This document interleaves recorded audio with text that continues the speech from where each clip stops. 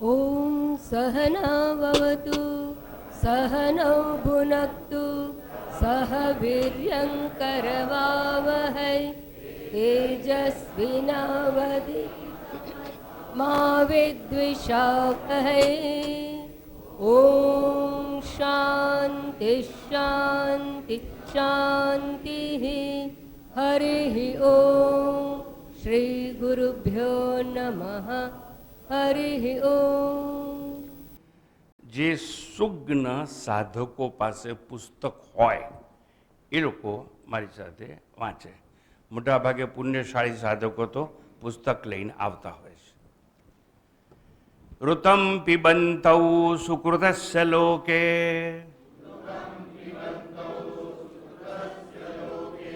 ગુહામ પ્રવિષ્ઠૌ પરમે પરાર્ધે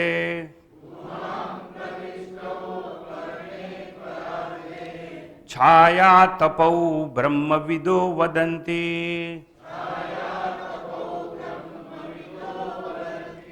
पंचाग्नयो ये चत्रिणाचिकेता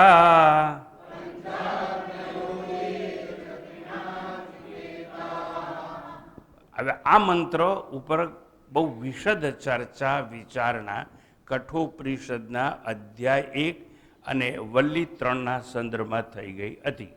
ગયા વખતે જે મંત્ર અધૂરો હતો ત્યાંથી આપણે આગળ ચર્ચા વિચારણા કરીશું. આ મંત્રનું ભાષાંતર વગેરે પણ ગયા વખતે સમજાવી દેવામાં આવ્યું, છતાં એકવાર પુનરાવર્તન કરી અને આપણે આગળ જઈશું. કર્મફળનું પાન કરનારા તડકા અને છાંયડા જેમ વિરુદ્ધ ધર્મી બે તત્વ છે. દેહની બુદ્ધિ ગુફામાં પરબ્રહ્મના સ્થાન સુધી પ્રવેશેલા બુદ્ધિ ગુહામાં કે હૃદયની ગુફામાં વાત બધી એકની એક છે. બુદ્ધિ ગુફામાં પરબ્રહ્મ સ્થાન સુધી પ્રવેશેલા છે બે તત્વ એવું બ્રહ્મવેત્તાઓ કહે છે. વળી પંચાગ્નિ યજ્ઞના ઉપાસકો પણ આવી જ વાત કરે છે. અને જે લોકો નાચિકેત અગ્નિનું ચયન કરી ચૂક્યા છે એવા કર્મઠો પણ આ જ વાત આપણને સમજાવે છે કે હૃદયની ગુફામાં બે છે. અને એ સંદર્ભમાં ઉપનિષદો અને વેદોના ઉલ્લેખ સાથે હું વાત કરી ગયો હતો. દ્વા સુપર્ણા સયુજા સખાયા સમાનમ વૃક્ષમ પરિષસ્વજાતે તયોરન્ય પીપલમ સ્વાદવતી. એ સંદર્ભમાં આવી વાત કરવામાં આવી હતી કે વૃક્ષ એક છે, એના પર બે પંખી બેઠા છે અને એક પંખી ફળ ખાય છે અને મીઠું લાગે તો ફરથી કૂદીને ખાય છે અને કડવું લાગે તો થૂ થૂ કરીને થૂકી દે છે. એટલે ફળનો ભોગતા છે, કર્મફળનો કરતા છે એક પક્ષી, અને બીજું પક્ષી છે સાક્ષી ભાવે જોયા કરે છે. એવી વાત આપણે વિશદતાથી ચર્ચી ગયા હતા અને આપણી વાત ક્યાં અટકી હતી ત્યાંથી આપણે હવે આગળ જઈશું.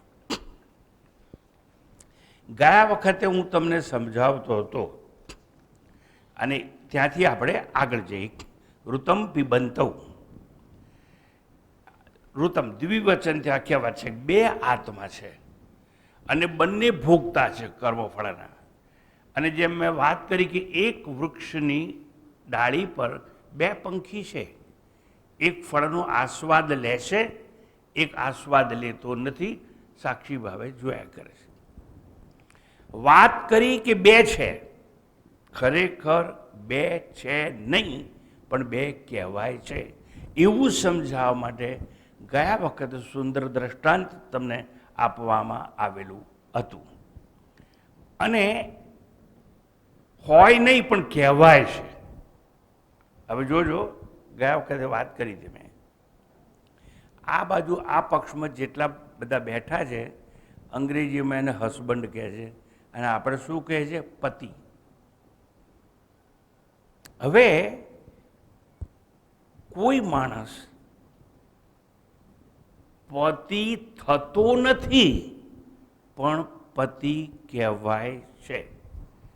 જો કોઈ પણ પુરુષ એમ કે હું આ બહેનનો પતિ છું, આ છોકરીનો હસબન્ડ છું એવું કે, ધારો કે, તો હસબન્ડ કે પતિ બન્યો નતો બન્યો અને બન્યો એમાં શું ફેરફાર થયા? પરણ્યો નતો, તારે 2 આંખ હતા, 2 પગ હતા, 2 હાથ હતા, વાળ કાળા હતા કે ધોળા હતા, આવું જે કંઈ હોય, અને પતિ બન્યા પછી એનામાં શું ચેન્જીસ આવ્યા? આ લોકોને પૂછવું છે. નો ચેન્જ. કોઈ ફેરફાર ના થયો હોય તો તમે પતિ કેવી રીતે બન્યા? સારું, પહેલાથી એ વાત કરો, પતિ બન્યા છો કે નહીં? તમારે કહેવું પડે છે હા હું પતિ બન્યો. પતિ બને તો કંઈક તો ફેરફાર થાય ને. બાળક જન્મે ત્યારે નાનો હોય, પછી મોટો થાય એટલે ચેન્જીસ થાય. એમાં શૈશવ અવસ્થા હોય, બાલ્યાવસ્થા હોય, કૌમાર અવસ્થા હોય, યુવાની હોય, એટલે ફેરફાર તો થાય. તો પતિ નહોતો, કોઈનો છોકરો હતો અને હસ્તમેળા પછી પતિ બની ગયો, તો ફેરફાર શું થયા? કશું જ નહીં. ફેરફાર થયા છે? જો તમે હા કહેશો તો હું તમને પૂછીશ કે જે દિવસથી પતિ બન્યો તો પતિની જન્મ તારીખ કઈ? પતિની જન્મ તારીખ ના હોય. કેટલાક લોકોને આ લોકોને એવું થાય પુરુષોને કે નહીં, જે દિવસે લગ્ન થયા ને એ દિવસે એની જન્મ તારીખ.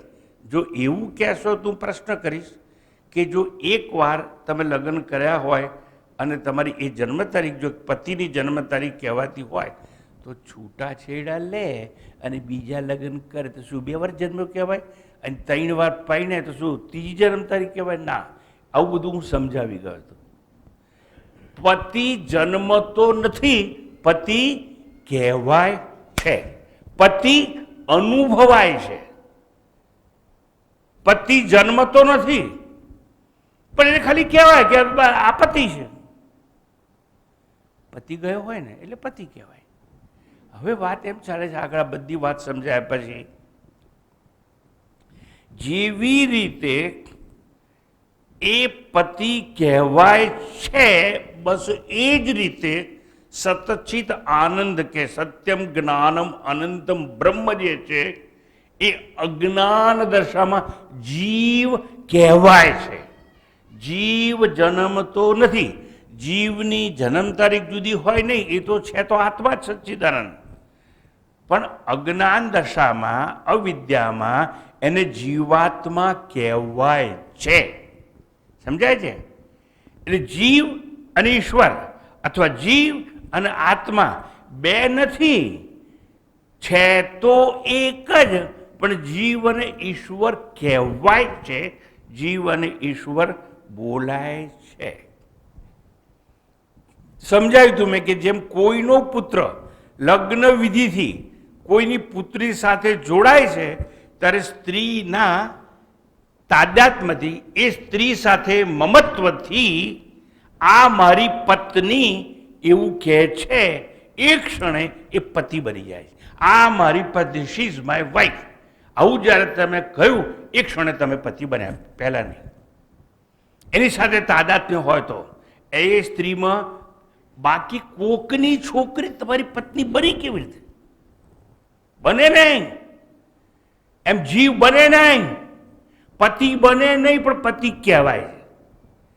એમ આત્મા કે ઈશ્વર જીવ બને નહીં પણ કહેવાય છે.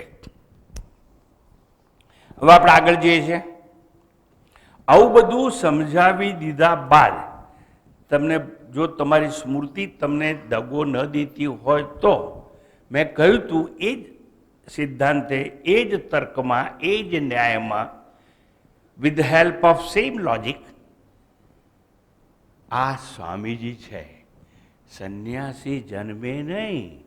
એ માણસને દીક્ષા લીધા પછી, ભગવા પહેરાવ્યા પછી સ્વામી કહેવાય છે.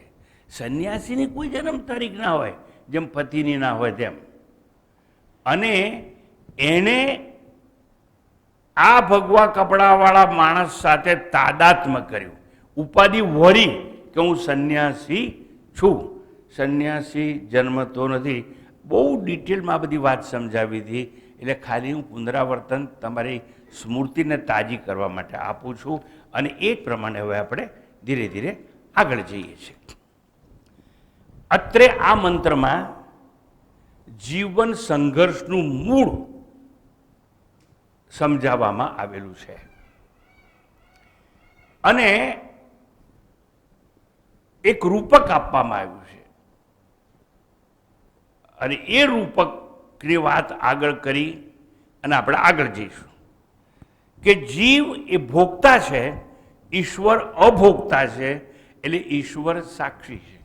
આવી રીતે એક જ હૃદય ગુફાની અંદર કે બુદ્ધિ ગુફાની અંદર, કારણ કે એ ગુફા કહેવાય. યો વેદ નિહિતમ ગુહાયામ આવે છે ને ભાઈ, તમે બધા તૈતરીય ઉપનિષદમાં ભણી ગયા છો. નિહિતમ ગુહાયામ એટલે હૃદયરૂપી ગુફામાં આ બે જણા છે. બોલાય છે બે, કહેવાય છે બે, અનુભવાય છે બે, પણ બે હોતા નથી. ઈશ્વર જ જીવ બની જાય છે, અથવા સચ્ચિદાનંદ આત્મા જીવ કહેવાય છે, જીવ થતો નથી. આવી સ્પષ્ટતા સાથે જો આપણે આગળ જઈશું તો જ આત્મક સાક્ષાત્કારના ક્ષેત્રમાં આપ સૌનો પ્રવાસ સરળતાથી સુગમ્ય રીતે આગળ વધી શકશે. હકીકતે બે છે જ નહીં, બે એટલે દ્વૈત. હકીકતે દ્વૈત છે જ નહીં, પણ દ્વૈત અનુભવાય છે. જેવી રીતે બંધન નામની વસ્તુ છે નહીં, પણ બંધન અનુભવાય છે. હવે એ સમજાવવા માટે મારે તમને થોડાક દાખલા આપવા પડે. મારી સામે જોશો અને બરોબર કાન અવળા રાખશો, મિનિટોમાં ક્ષણવારમાં સમજાઈ જશે. અહીંથી આ હોલમાંથી બહાર નીકળો, વાદળા ના હોય તો આકાશનો રંગ કેવો દેખાય છે? બ્લુ. સ્પેસ ઇઝ બ્લુ, અથવા આકાશ વાદળી છે એવું લાગે છે કે નહીં? હા કે ના? એટલે આકાશ વાદળી છે નહીં, પણ વાદળી અનુભવાય છે. જો આકાશનો રંગ વાદળી હોત તો સફેદ રંગનું પ્લેન ઉપર ઉડીને જાય, જ્યારે નીચે ઉતરે, લેન્ડ કરે, ત્યારે વાદળી થઈને પાછું આવ્યું હોત. Space is free from colour, but what is our experience? આપણો અનુભવ છે, અનુભવાય છે કે આકાશનો રંગ વાદળી છે. એટલે વાદળી કહેવાય છે પણ વાદળી નથી. જીવ કહેવાય છે પણ જીવ નથી. પતિ કહેવાય છે પણ પતિની જન્મ તારીખ નથી. હવે ધીરે ધીરે હું આગળ જાઉં છું. તમે આ ટેરેસ ઉપર ચડી જાઓ અને દૂર દૂર જુઓ ક્ષિતિજમાં, તો જમીન અને આસમાન મળેલા દેખાય છે કે નહીં? એ લોકોનું મિલન દેખાય છે ને? તો મિલન અનુભવાય છે, મિલન થતું નથી. સમજાયું? મિલન અનુભવાય છે, મિલન થતું નથી. અજ્ઞાનમાં હું એવું માનું કે હું શરીર છું, દેહ છું, તો મારી માન્યતા થઈ કે હું દેહ છું તો દેહ છું, તો મારો જન્મ છે ને જન્મ છે, તો મારો અવયવ છે અને અવયવ છે તો અવયવ કર્મ કરે છે, અને એ અવયવોના કર્મને હું મારા માનું તો કર્મનું ફળ મને મળે, અને જો આ જન્મે ના મળે તો બીજો જન્મ લેવો પડે. કેટલા ખોટા તાદાત્મ્યથી પુનર્જન્મને આપણે નિમંત્રણ આપીએ. સમજો, જીવ કહેવાય છે, હું શરીર છું એવું કહેવાય છે. સમજો બરાબર? હું શરીર નથી, હું તો શરીરમાં રહેનાર પેલો ઈશ્વર કે આત્મા છું. ઈશ્વર સર્વભૂતાનામ હૃદ્દેશે અર્જુન તિષ્ઠતિ, એવું ગીતાના 18મા અધ્યાયમાં કહેવામાં આવ્યું કે તારામાં જે ઈશ્વર છે, ધેટ વોટ યુ આર. પણ શું છે સમજાયું નહીં કે આપણને. ટૂંકાણમાં આકાશનો રંગ વાદળી અનુભવાય છે, ક્ષિતિજમાં ધરતી અને આકાશનું મિલન અનુભવાય છે, મિલન થતું નથી. ઉપર ચડીને જે જગ્યાએ જમીન અને આસમાન ભેગા મળી ગયા એવું દેખાતું ત્યાં જાઓ તો આગળ એવું જ દેખાશે, આગળ એવું જ દેખાવાનું. આ ભરૂચવાળા લોકોને કહેવું પડે મારે કે આ પુલ ઉપર વોક કરવા જતા હોય, ફરવા જતા હોય, અને એ ટ્રેક ઉપરથી તમે જુઓ તો રેલવેના બે પાટા આમ જુઓ ને આમ આગળ બે પાટા મળતા દેખાય છે, મળે છે એવું અનુભવાય છે, પણ બે સમાંતર રેખાઓ ક્યારે પણ ભેગી થઈ શકે નહીં. એ જ્ઞાન કહેવાય. પણ અનુભવ જુદો છે આપણો, કે આપણને એવું લાગે છે બે પાટા આગળ જઈને મળી જાય છે. મને ખબર નથી આજે કઈ તિથિ થઈ છે, કોઈ કહે છે આજની તિથિ કોઈને ખબર છે? હે, આઠમ. સારું, પછી આઠમ પછી શું આવે? પછી છેલ્લે શું આવે? અમાસ આવે, અને કાં તો પૂનમ આવે ને. અને અમાસ ને પૂનમ એટલે શું? કાં તો ચંદ્ર વધતો હોય અને કાં તો ચંદ્ર વધે છે કે ચંદ્ર ઘટે છે એવું અનુભવાય છે, પણ ચંદ્રમાં વધઘટ થતી નથી. એ જ્ઞાન છે, અને જ્ઞાનમાં કોઈ પરિવર્તન હોઈ શકે નહીં. અનુભવાય છે, બીજ એટલે થોડો. અને આપણે બધા જ એવી ભ્રાંતિમાં છીએ કે ચંદ્રમાં વધઘટ થાય છે. અલા ભાઈ, જેને આ ગ્રહણના સિદ્ધાંતો વાંચ્યા કે વિજ્ઞાન થોડું ભણ્યો એને ખબર પડે કે પૃથ્વીનો પડછાયો પર્વત એવું બધું થતું હોય. ચંદ્રમાં વધઘટ થતી નથી પણ દેખાય છે, વધઘટ થતી નથી પણ અનુભવાય છે, વધઘટ થતી નથી પણ વધઘટ થતી કહેવાય છે.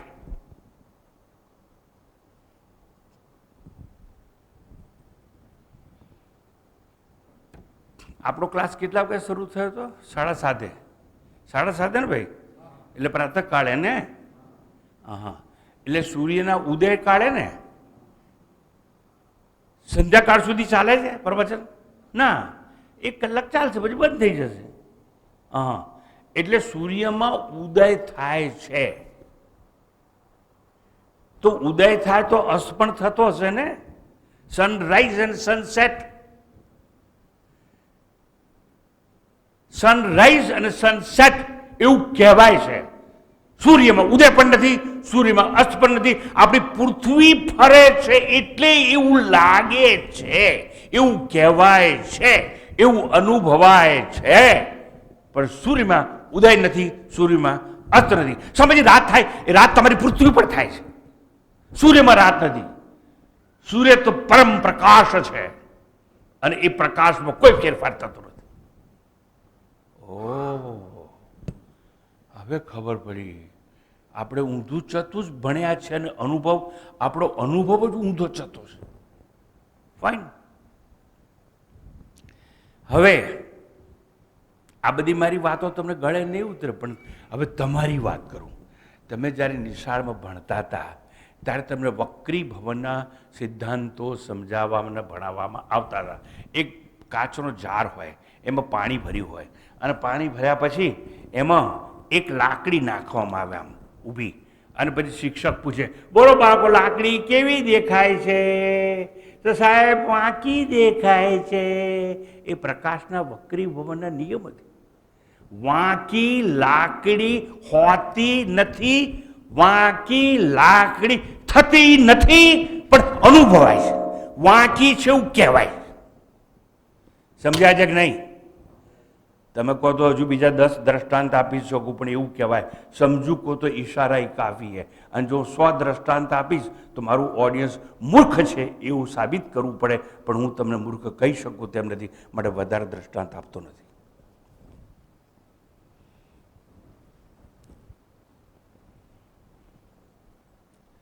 સિદ્ધાંતમાં એ જ પ્રમાણે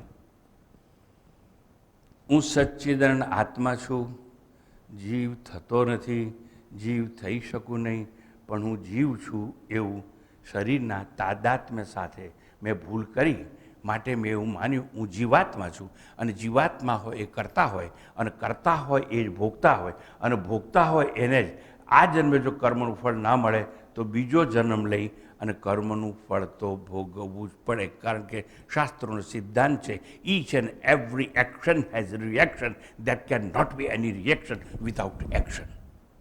જ્યાં જ્યાં કર્મ છે ત્યાં ફળ છે, જ્યાં જ્યાં ક્રિયા છે ત્યાં પ્રતિક્રિયા છે. લુક એટ મી.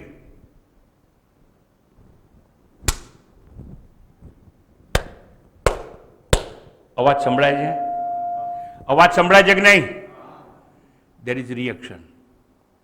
એના પહેલાં શું થયું? એક્શન. મેં 2 હાથ પાસે લાવવાનું એક્શન એટલે કર્મ કર્યું.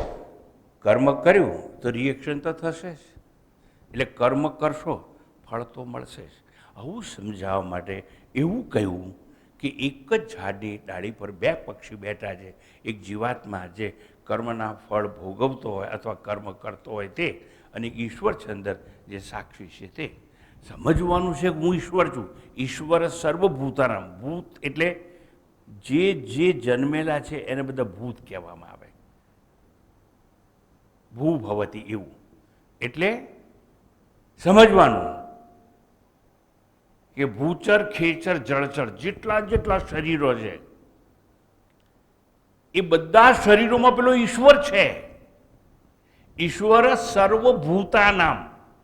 આપણે બધા ભૂત છીએ કેમ કે પંચમહાભૂતનું સર્જન એટલા શરીર છે. અને આપણા હૃદયની ગુફામાં પેલું ઈશ્વર રહે છે. એ કોઈ દિવસ જીવ બને નહીં. હા, જીવ કહેવાય છે, જીવ છે એવું અનુભવાય છે. જીવની કોઈ જન્મ તારીખ હોય નહીં, જેમ પતિની કોઈ જન્મ તારીખ હોય નહીં. બોલાય 2, કહેવાય 2, પણ છે એક. આટલું સમજાય છે કે નહીં? ના સમજાય તો આગળ વાત કરો. ભાઈ ઊભા થાવ. તમે ઊભા થાવ. તમારું નામ શું? એ કહે છે મારું નામ વલ્લભભાઈ છે. હવે તમે કોઈ છોકરીના પિતા છો કે નહીં? હા કે નહીં? એટલે આ માણસ કહે છે હું મારું નામ વલ્લભભાઈ, હું પિતા છું એવું કહે છો. પિતા છે, પતિ છો કે નહીં? કબૂલ કરવું જ પડે, કારણ કે છોકરી ક્યાંથી આવી? એ કહે છે મારી છોકરી છે ને હું પિતા છું. તો એ વલ્લભભાઈ પિતા અને પતિ છે. પિતા અને પતિ છો કે નહીં? એટલે બોલાય 2, પિતા અને પતિ. તું 2 છે કે 1 છે? લે. એમ જીવાત્મા અને ઈશ્વર બોલાય 2 પણ છે 1. સમજી ગયા? 2 જાઓ. બહુ ડાયા. તો કહેવાય 2, બોલાય 2 પણ હોય એકનું એક. અહીંયા આપણને જ્યારે એવું કહેવામાં આવે છે કે હૃદય ગુફામાં 2 છે. એક જીવાત્મા જે કરતા છે અને એક ઈશ્વર છે. જીવાત્મા જે કર્મ કરે એનો સાક્ષી છે. એવું 2 છે એવું કહેવાય. પણ આપણી ભૂલ ત્યાં થાય છે. ઈશ્વર છે એ જ જીવ કહેવાય છે. ઈશ્વર છે એ જ જીવ અનુભવાય છે. 2 છે નહીં, પણ દ્વિવચન એટલે 2નો ઉપયોગ કરી અને એકનો નિર્દેશ કરવામાં આવે છે. એટલે ગુહામ પ્રવિષ્ઠૌ એવો શબ્દ પ્રયોગ મંત્રમાં. 2 આત્મા હૃદય ગુફામાં પ્રવેશેલા છે. અત્રે 2 કહી શ્રુતિ એટલે ઉપનિષદો ઐક્યનો સંકેત કરે છે. જેમ આગળ આવ્યું કે છાયા તપો એટલે તડકો અને છાંયડો. બોલાય 2, તડકો અને છાંયડો. પણ તડકો છે એટલે જ છાંયડો છે. તડકો ના તો છાંયડો હોય જ નહીં. બોલાય 2 પણ છે એકનું એક. જેમ એક દેહમાં પુત્ર અને પિતા છે અથવા પુત્ર અને પતિ પ્રવેશેલા છે. કોઈનો પુત્ર કોઈનો પિતા છે છતાં એક છે. બોલાય 2, અનુભવાય 2, કહેવાય 2 પણ હોય એકનો એક. આમ 2 આત્મા એટલે એક સંસારી જેને જીવાત્મા કહેવાય અને એક બીજો છે એને અસંસારી એટલે સાક્ષી પરમાત્મા કે ઈશ્વર કહેવામાં આવે છે. અસંસારી ઈશ્વર કે પરમાત્મા કારણ છે છતાં કાર્યમાં અનુપ્રવિષ્ટ થયેલા છે. જેવી રીતે માટીના વાસણો માટે માટી કારણ છે, પણ માટી જ ઘડો બને, માટી જ ઈંટ બને, માટી જ કોડિયા બને, માટી જ માટીના રમકડા બને. બે છે નહીં, પણ કારણ કાર્યમાં પરિણિત થાય એટલે એનું નામ બદલાઈ જતું. બીજ તો એકનું એક જ છે, ટેટો, પણ એ જમીનમાં દાટવાથી જ્યારે વડલો બને ત્યારે ડાળા બને, વડવાઈ બને, પાંદડા બને, બીજ બને. એટલે અનેક નામ એને આપવામાં આવે. એકનું અનેકમાં થતું રૂપાંતર દ્રશ્ય થાય છે એટલે અનુભવાય.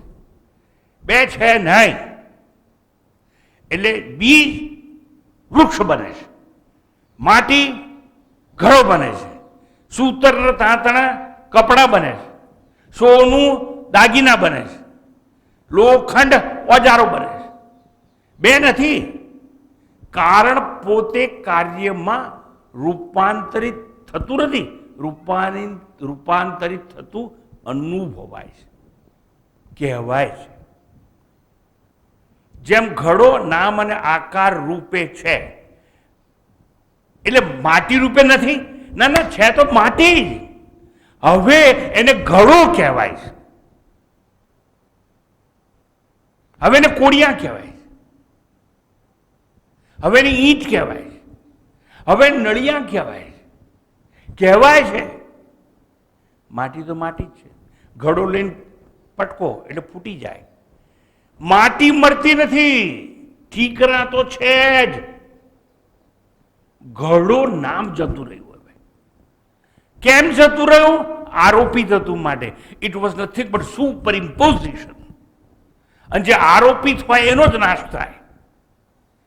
જે આરોપિત નથી એનો વિનાશ કદાપી શક્ય નથી. આત્મા અધિષ્ઠાન છે, એનો નાશ ના થાય. જે માટીનો નાશ થતો નથી, ઘડો ફૂટી જાય, નળિયા ફૂટી જાય, કોડિયું ફૂટી જાય. એટલે કોડિયું, ઘડો એવા નામ જતા રહે. કારણ કે નામ હોય એનો નાશ હોય, અને નામ પણ આરોપિત છે ને. એ પેલી પોસ્ટ માસ્ટર જનરલ તમારી ફઈ તમારા જન્મના 6ઠ્ઠા દિવસે આવી અને રમણીઓ, મગનીઓ, છગનીઓ નામ ટોકી પાડે.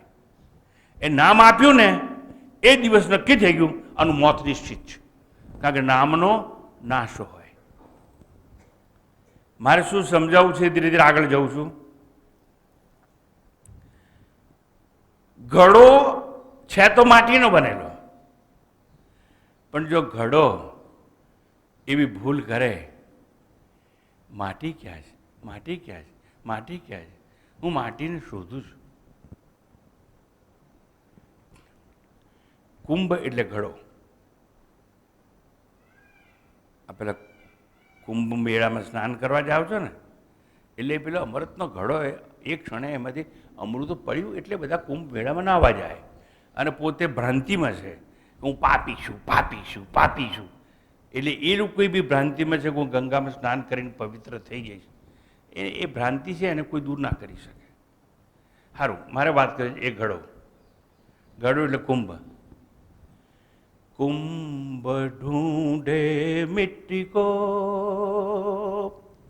कुंभ ढूंढे मिट्टी को, कपड़ा ढूंढे सूत, जीव ढूंढे ब्रह्म को, तीनों ऊत के ऊत.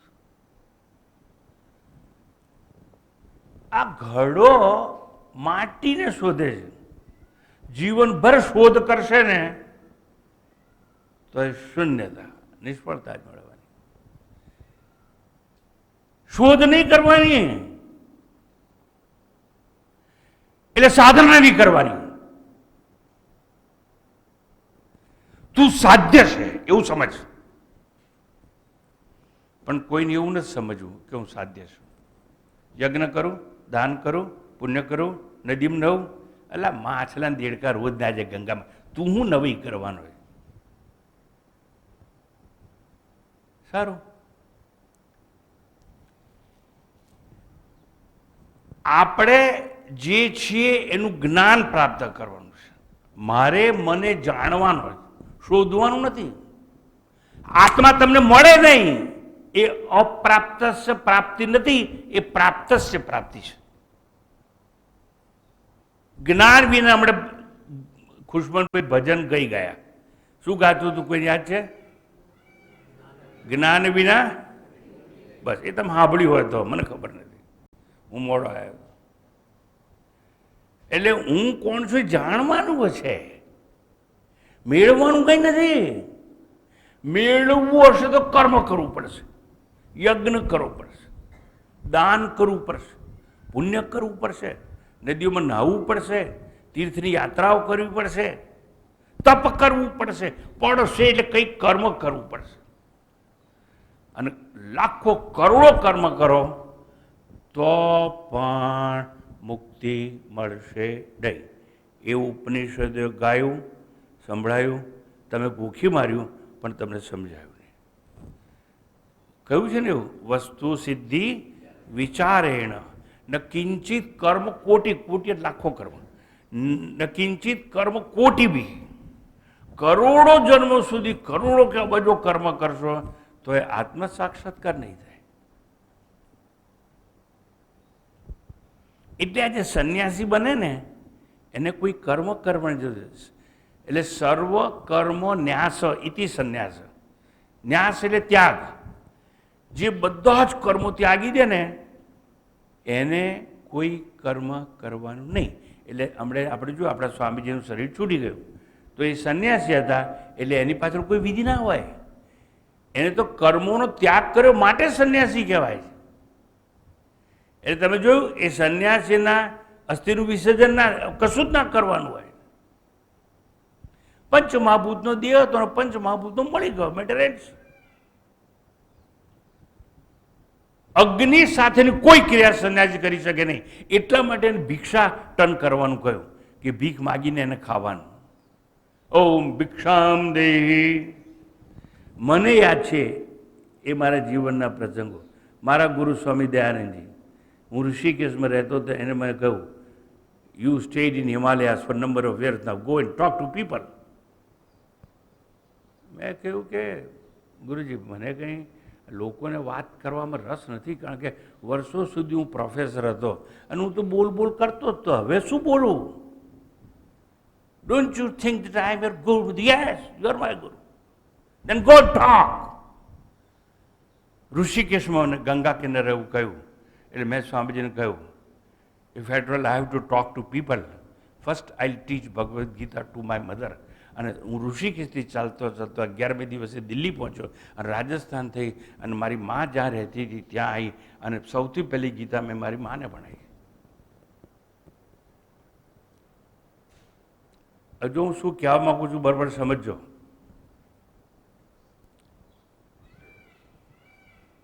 મેળવવાનું નથી. આત્મા કોઈને મળ્યો નથી, મળ્યો નહોતો ને મળશે નહીં. પણ યલો લિટરેચર આ સમાજમાં અસ્તિત્વમાં છે અને બી ચોપડીઓ તમને મળશે વાંચવા કે અમારા ગુરુને આ રેલવે સ્ટેશનના પ્લેટફોર્મ પર સાક્ષાત્કાર થઈને ભગવાન એને મળ્યા. It is known sense minus common sense. આવી ચોપડી હોય. મારાથી નામ ના દેવાય એટલે નામ નથી દેતો. અલા તું આત્મા છે એ જાણ. મેળવવાનું નથી. અને જો મેળવવાનું ના હોય તો કોઈ કર્મ કરવાનું નથી. પણ સ્વામીજી અમે સાધના તો કરી શકીએ ને, એમ કે ધ્યાન તો કરી શકીએ ને. અલા એ ડફોળ. આત્મા અદ્રશ્ય છે, એ ધ્યેય બની શકે નહીં અને એના પર ધ્યાન થઈ શકે નહીં. મૂર્તિઓ ઉપર થાય, ફોટા ઉપર થાય.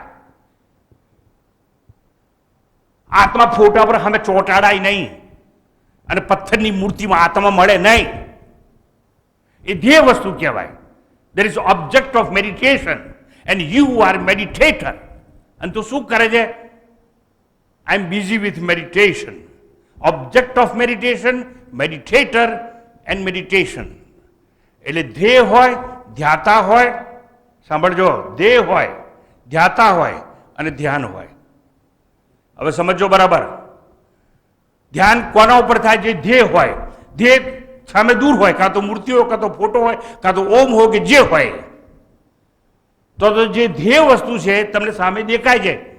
તમારે જો આત્મ સાક્ષાત્કાર કરવો હોય ને તો આત્મા પર ધ્યાન થાય. એટલે હું તારા હૃદયમાંથી બહાર કાઢી ઓપરેશન કરીને આત્મા ત્યાં ચોંટાડી દઈશ તું?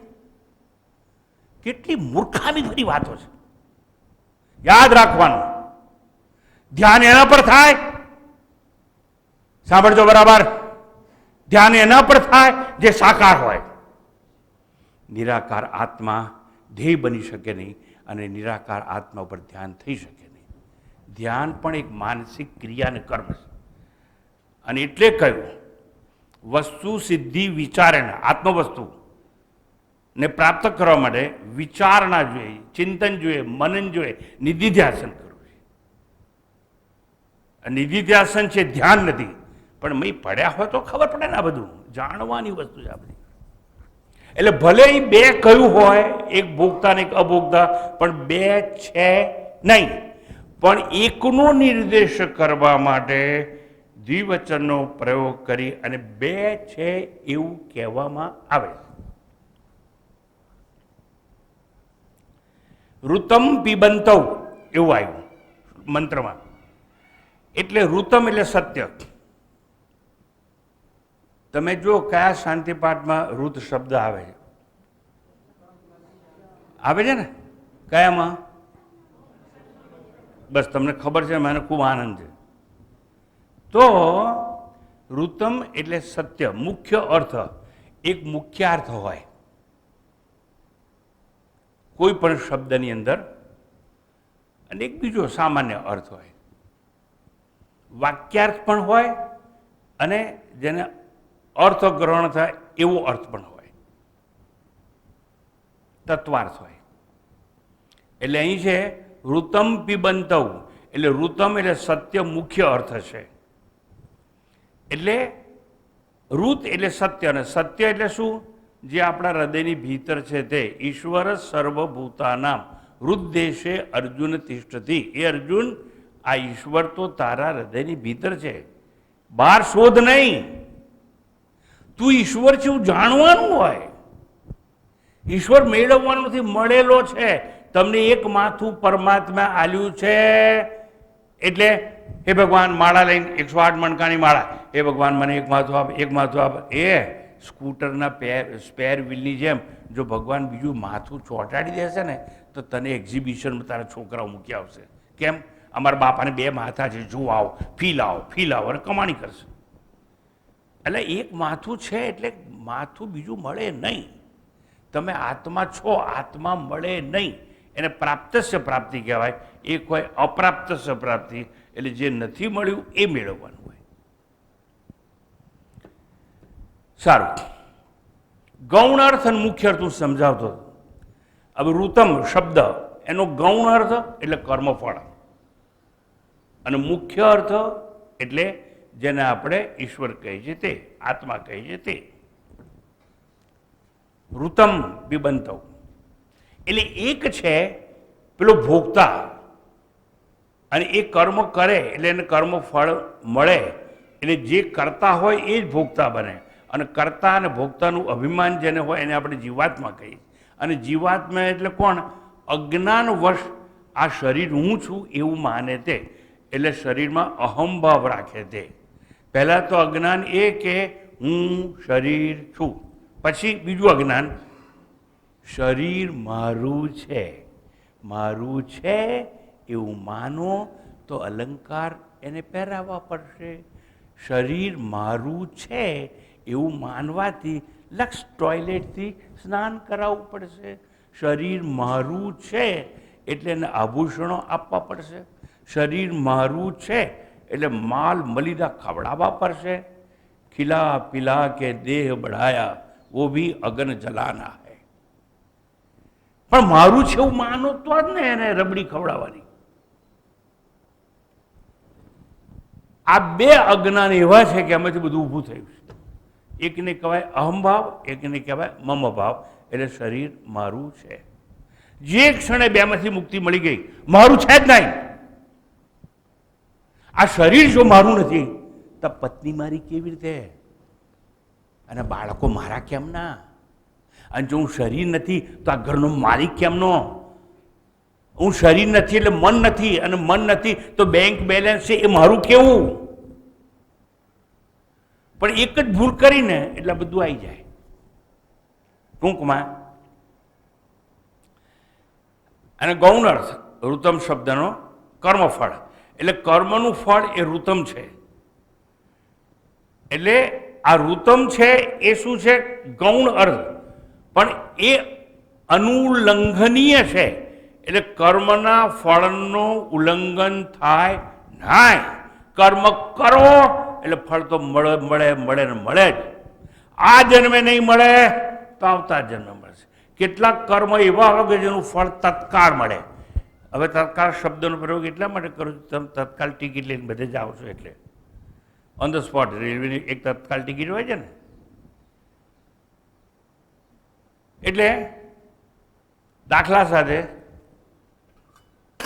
એક મિનિટ હો ભાઈ.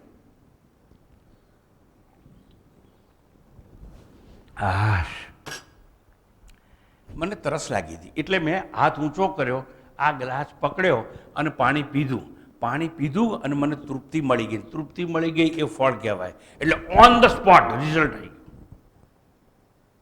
પણ મારે કર્મ હાથ આમો કરીને ગ્લાસ ઉચકીને આમ તો લાવવો તો પડે. એ કર્મ કરેલું મને તૃપ્તિ મળી ગઈ. એટલે મેં કર્મ કર્યું એટલે મને પ્યાસ બુઝાઈ ગઈ, એટલે મને ફળ મળી ગયું ઓન ધ સ્પોટ.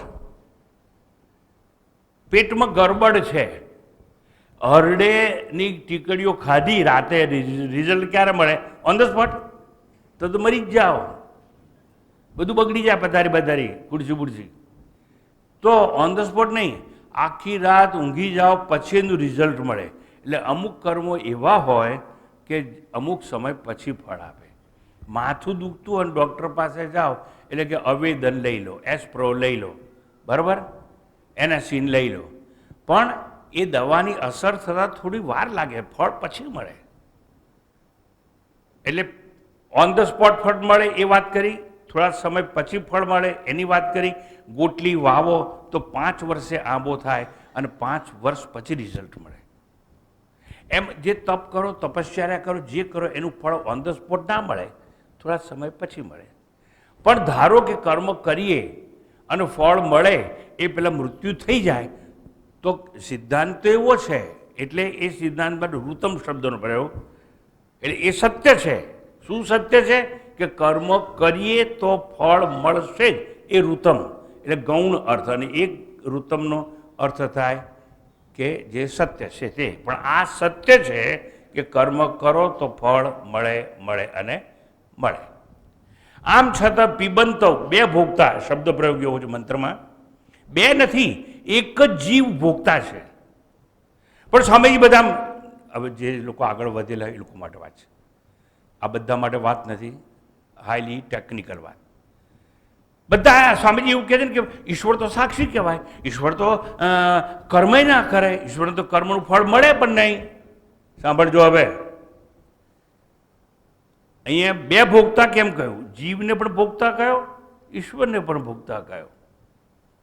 એટલા માટે એક વસ્તુ યાદ રાખજો, જે જડ હોય એ કર્મનું ફળ ભોગવી શકે નહીં. ભોગવી કોણ શકે? ચેતન હોય તે. બહુ સાંભળજો.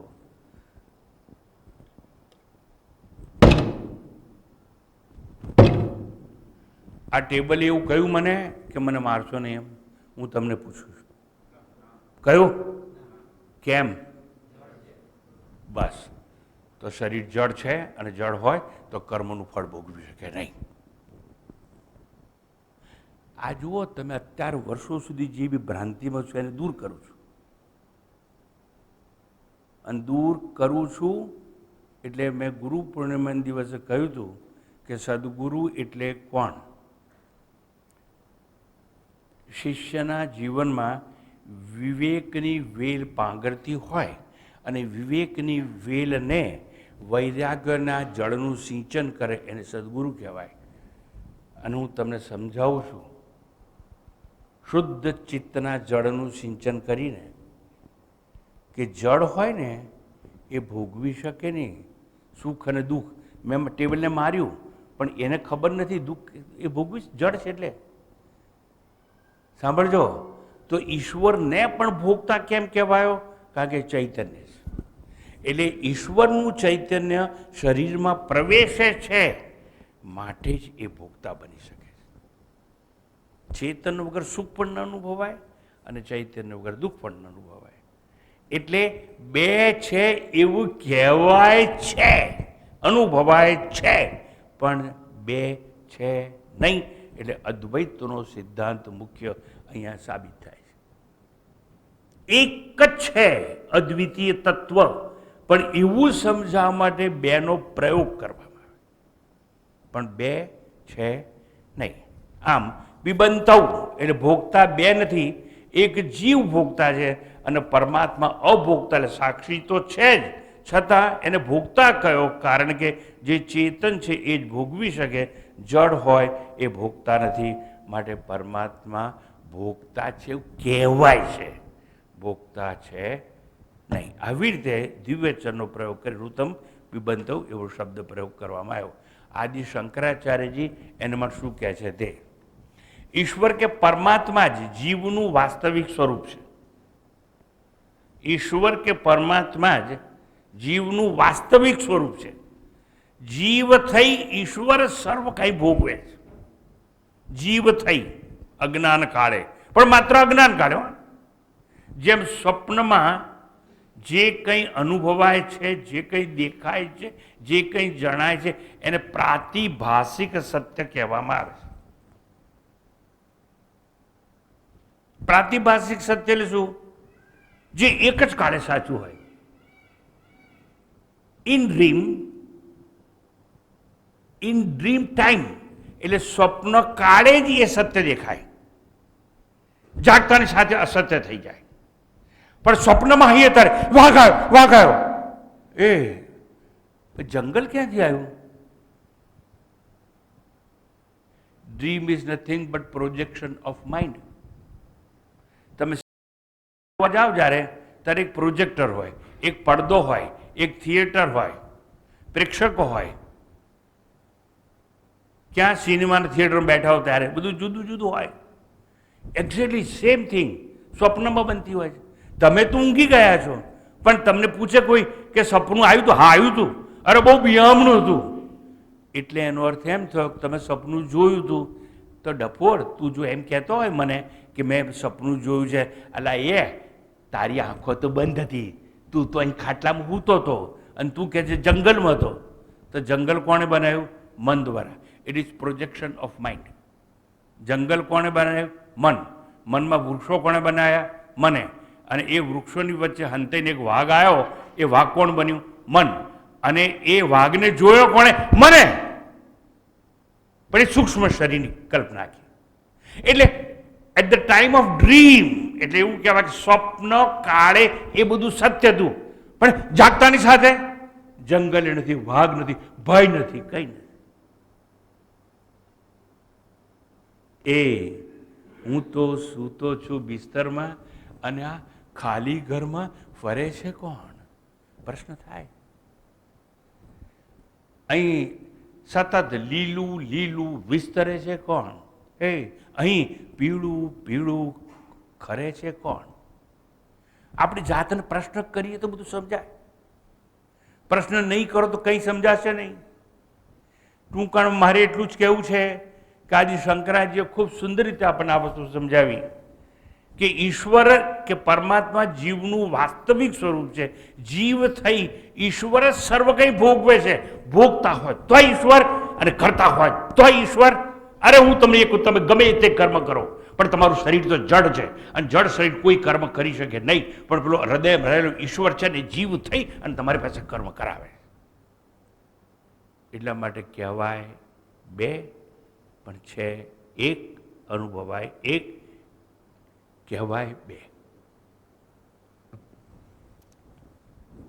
બે ભોગતા છે એવું કહેવાય. જડ શરીર ન ભોગવી શકે, ચેતન જ બધું ભોગવી શકે.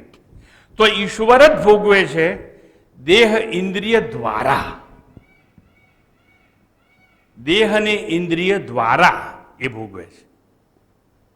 અને સાક્ષી રહે છે. પણ દેહ અને ઇન્દ્રિયને પેદા કરી અને દેહ અને ઇન્દ્રિય દ્વારા કરતા બને, દેહ અને ઇન્દ્રિય દ્વારા ભોગતા પણ એ બનતો હોય છે. એટલે બે દ્વિવચન વાપરવામાં આવે છે. પરંતુ જીવ ચૈતન્ય, ઈશ્વર ચૈતન્ય બે નથી. એટલે મારે એમ કહેવું છે, ઘડામાં જે માટી છે, કોડિયામાં જે માટી છે, ઈંટમાં જે માટી છે, એટલે ત્રણ માટી નથી. માટી તો એકની એક જ છે, પણ જુદા જુદા નામ આકારોમાં જુદી જુદી દેખાય છે. એટલે દ્વિવચન વપરાય કે બહુવચન વપરાય, ઐક્યનો સંકેત કરવા માટે આ બધું વાપરવામાં આવતું હોય છે. એટલે જીવાત્માનું ચૈતન્ય, ઈશ્વર ચૈતન્ય બે નથી. ચૈતન્ય તો એકનું એક જ છે. તો સર્વ કાંઈ એક જ છે, હા. અભેદ છે, હા. અદ્વિતીય છે, હા. અને અભેદ છે, અદ્વિતીય છે, એને જ ચૈતન્ય કહેવામાં આવે છે. આજના આખા મંત્રમાં બોલાય બે, કહેવાય અનેક, તત્વ તો એકનું એક જ છે, જેને અદ્વિતીય આત્મા કહેવામાં આવે છે. આત્મા એક છે એવું નથી કહ્યું, અદ્વિતીય. અ એટલે નહીં અને દ્વિતીય એટલે બે. એટલે બે ન હોય એવું એક નથી કહ્યું. આત્મા એક છે, દેર ઇઝ રોંગ ઇન્ટરપ્રિટેશન. એટલે એનું ટ્રાન્સલેશન ના થાય અંગ્રેજીમાં કોઈ દિવસ. એ તો આ કહેવાતા સો કોલ્ડ એજ્યુકેટેડ પીપલ માટે અંગ્રેજીની વાત છે. લો, પ્રસાદનું ટ્રાન્સલેશન કરો તો અંગ્રેજી આવડે છે કે નહીં? હું કરી આલું પ્રસાદનું અંગ્રેજી બોલું? હા કે ના બોલું તો બોલીશ. બોલું? પ્રસાદ એનું અંગ્રેજી થયું. અમુક વસ્તુ એવી હોય કે જેનું ભાષાંતર થાય નહીં. જે અદ્વિતીય શબ્દ છે સંસ્કૃતમાં, અ એટલે નહીં અને બે ન હોય એવું જે એક તત્વ છે, એને આત્મા કે અદ્વિતીય તત્વ કહેવામાં આવે છે. એવા તો મારી પાસે 100 શબ્દો હમણાં જ તમને કહી દઉં કે જેનું ટ્રાન્સલેશન શક્ય નથી. લો, પ્રાતિભાષિક સત્ય. સત્ય એટલે ટ્રુથ, એ તો બરાબર. પ્રાતિભાષિક એટલે હું. અને એપરન્ટ અને ફેપરન્ટ ને એ બાબતે શબ્દો વપરાય જ, પણ એ એક શબ્દનો અર્થ નહીં કરે. જો તમને હું કહું લો આ પ્રસાદ લો, તો તમે એક હાથ નીચે રાખશો, એક હાથ ઉપર રાખશો અને કોઈ પવિત્ર વસ્તુ મળે છે એવો ભાવ જાગે. આ પ્રસાદનું અંગ્રેજી છે, પણ એ ભાવ નહીં જગાડે તમારા. એટલા માટે શાસ્ત્રોના સંકેતો હૃદય ગમ્ય સાંભળવાની વાત નથી, હૃદય ગમ્ય કરવા હોય તો એની મૂળ ભાષામાં એને સમજવાનો પ્રયત્ન કરવો જોઈએ.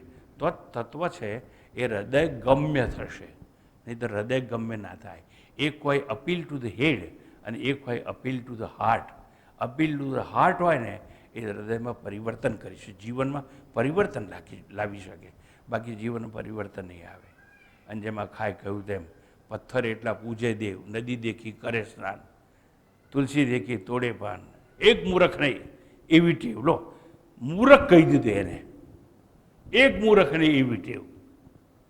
જવા દો, તમે તો બધા વિદ્વાનો છો એટલે તમારી સમક્ષ થોડી અલ્પ વાત કરી અને સમય મને વધારે રજા નથી આપતો. મારી વાણીને વિરામ આપીશું અને આ મંત્રો પૂરો કર્યા બાદ કઠોપનિષદની જે ગહનમાં ગહન વાર્તાલાપ છે એના ઉપર આપણે આવતા રવિવારે જ્યારે મળીશું ત્યારે પુનઃ પ્રયત્ન કરીશું સમજવા માટેનો. પરમાત્મા આપ સૌની સાધના, પરમાત્મા આપ સૌની સાધના, પરમાત્મા આપ સૌની સાધના સાધક વિનાની બનાવે. સાધક એટલે કોણ? જે સાધના કરે છે. અને સાધના કરે એટલે શું? જેને સિદ્ધિ મળે છે. શાસ્ત્રો કહે છે યત સાધ્યમ તત અનિત્યમ ઇતિ. સાધનાથી એટલે સાધનારૂપી કર્મથી જે પ્રાપ્ત થશે એ નિત્ય અવિનાશી નહીં હોય, નાશવાન હશે. એટલે આ ભ્રાંતિમાંથી પરમાત્મા તમને દૂર કરે એવી પ્રાર્થના સાથે મારી વાણીને વિરામ આપું છું. ઓમ પૂર્ણમદ પૂર્ણમિદમ પૂર્ણાત પૂર્ણમુદચ્યતે પૂર્ણસ્ય પૂર્ણમાદાય પૂર્ણમેવાવશિષ્યતે. ઓમ શાંતિ શાંતિ શાંતિ. હરિ ઓમ. શ્રી ગુરુભ્યો નમઃ. હરિ ઓમ.